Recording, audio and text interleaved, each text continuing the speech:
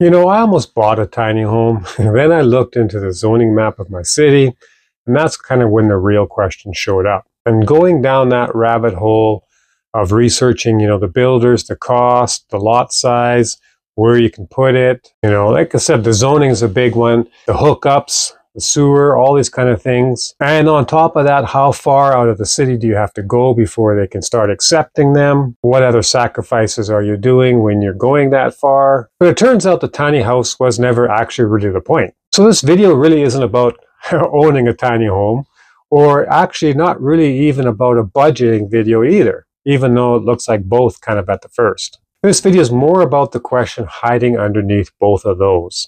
And to tell you the truth, most people never get far enough to actually ask it. It involves getting out of your comfort zone and looking back and stepping out of the circle and really looking at the bigger picture of things. Because when you're actually looking at owning a tiny home and you're going through all the logistics of everything, like I said earlier, the land cost, you start struggling with it's not as easy as it can be, especially the hookups. The zoning is a real issue. A lot of places you have to go quite a few areas that are not really as convenient simply because of all the legal rigmarole that you have to go through, all the hoops and all this kind of stuff.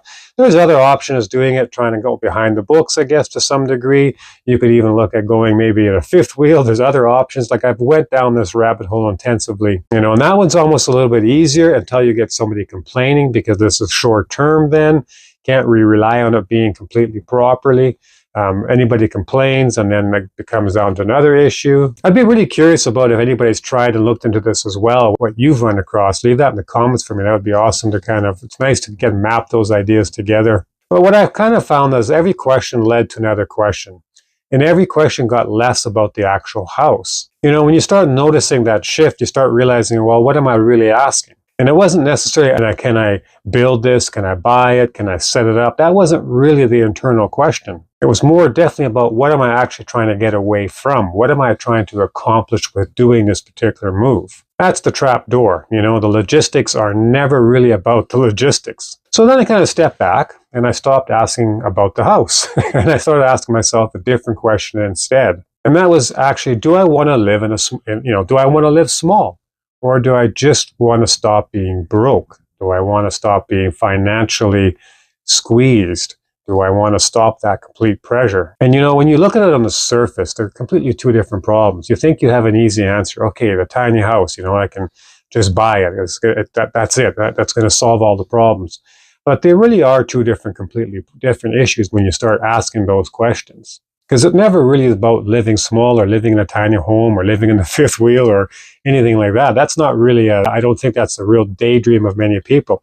I think the bigger question is, do you just want to stop being broke? And that's easy to get confused when you're always looking for a quick answer and you don't really know how to analyze it. Now, a tiny house does solve, the space problem, I suppose, and then therefore it would naturally assume it's going to be cost effective. And in many cases it can be.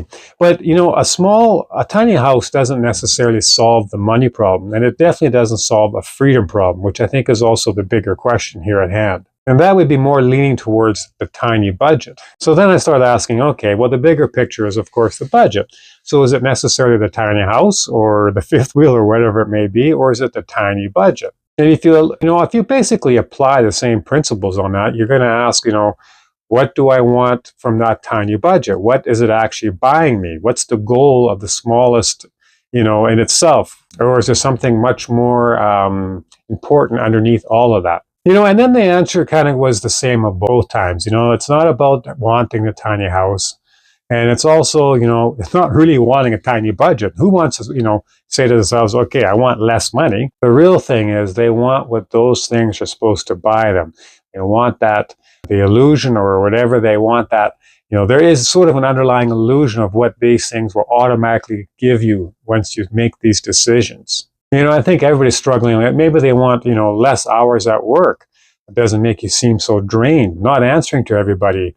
Being able to leave somewhere much more freedom, almost like a space that you can breathe in, much more relaxed. And you don't want that to turn into a financial disaster. Because at the end of the day, we all got our bills to pay. We got to keep, a roof over our head. tiny house or not, and we've got to feed ourselves. So the question is, what are we actually looking for? Most people, they say, well, I don't want to work as hard. I don't want to be so burnt out. I want to feel like I'm not living paycheck to paycheck. They want to make ends meet. They want to feel like it's worthwhile, the struggle or something, right? I think that's a very important thing to be looking at. And I think most people are pushing the tiny home idea with a tiny budget is because they feel they're actually really can't catch a breath. They feel like they're being drowned. So here's what it actually kind of puts it in perspective. Tiny house, tiny budget, different words, but same hidden question. And that becomes, what would you actually trade for freedom? And have you ever let yourself answer that honestly? This is a very difficult question, especially if you're really going to be honest with yourself. And when I use the word sacrifice, that is a very strong word, and not necessarily actually a sacrifice, but we always assume it's a sacrifice.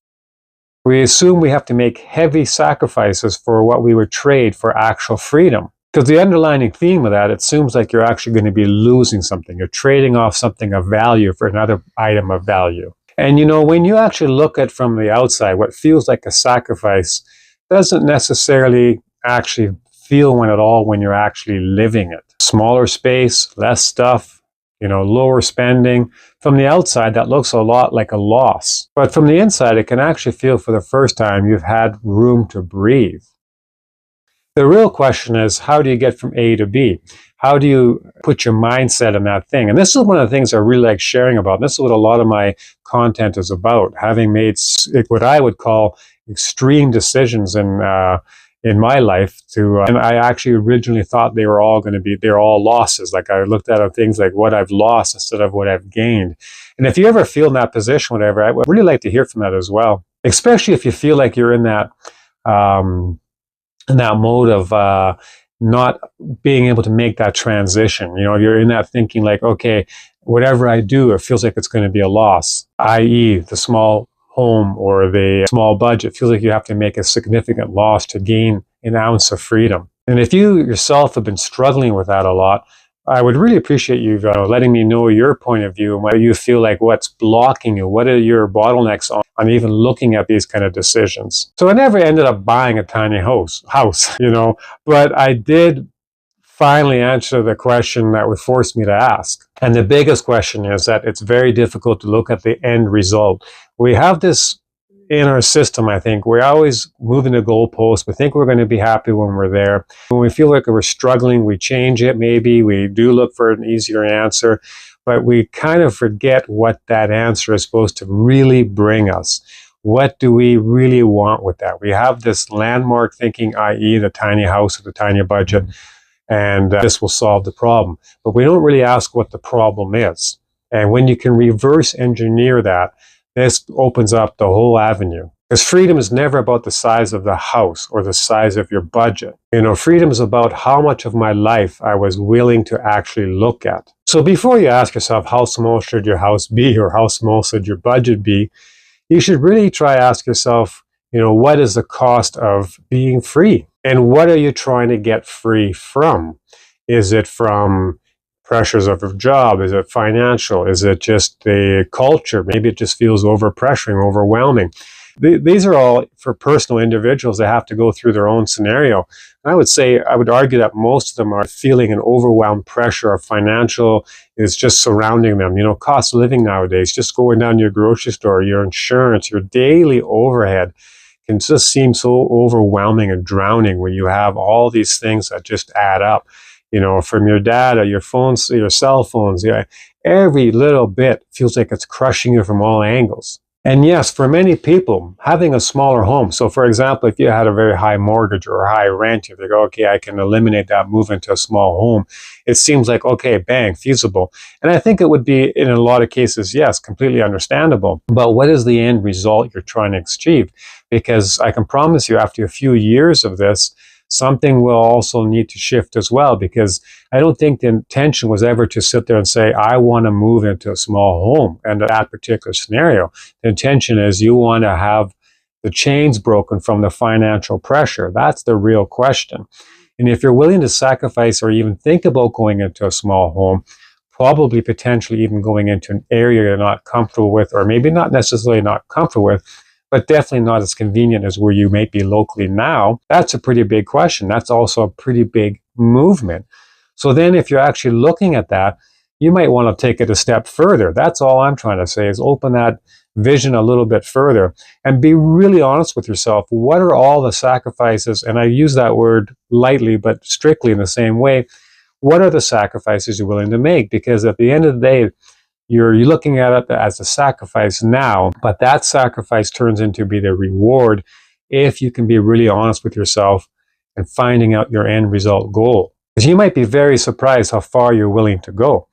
And this is the path, this is what I've taken, and this is what I'm sharing. So I decided, like, I never ended up getting the tiny house or the fifth wheel or something like that. But I decided, okay, well, if I'm going to be doing that, why not even take it a step further?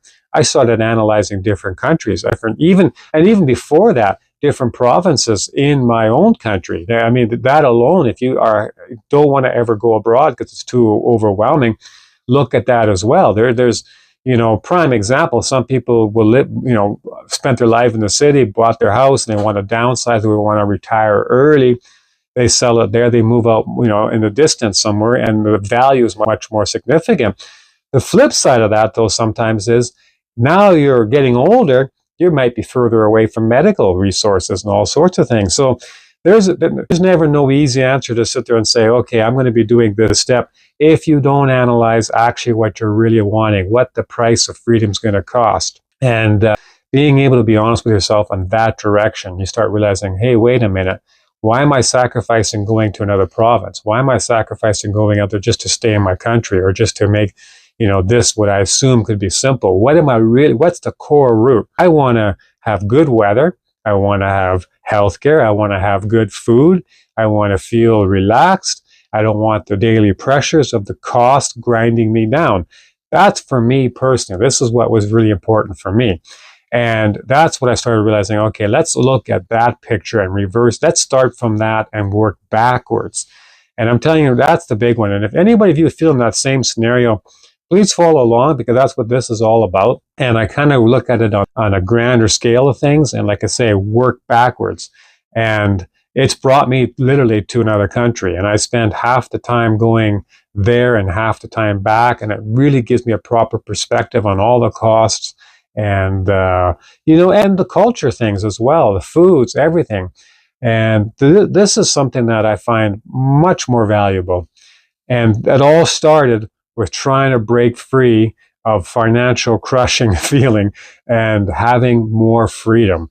And what does that give you? And it really makes a big difference. And another thing I want to say, which is really important as well, it can sound very scary. You spend decades building a life. You spent decades with an illusion of what you need to do, step A to step B to step C.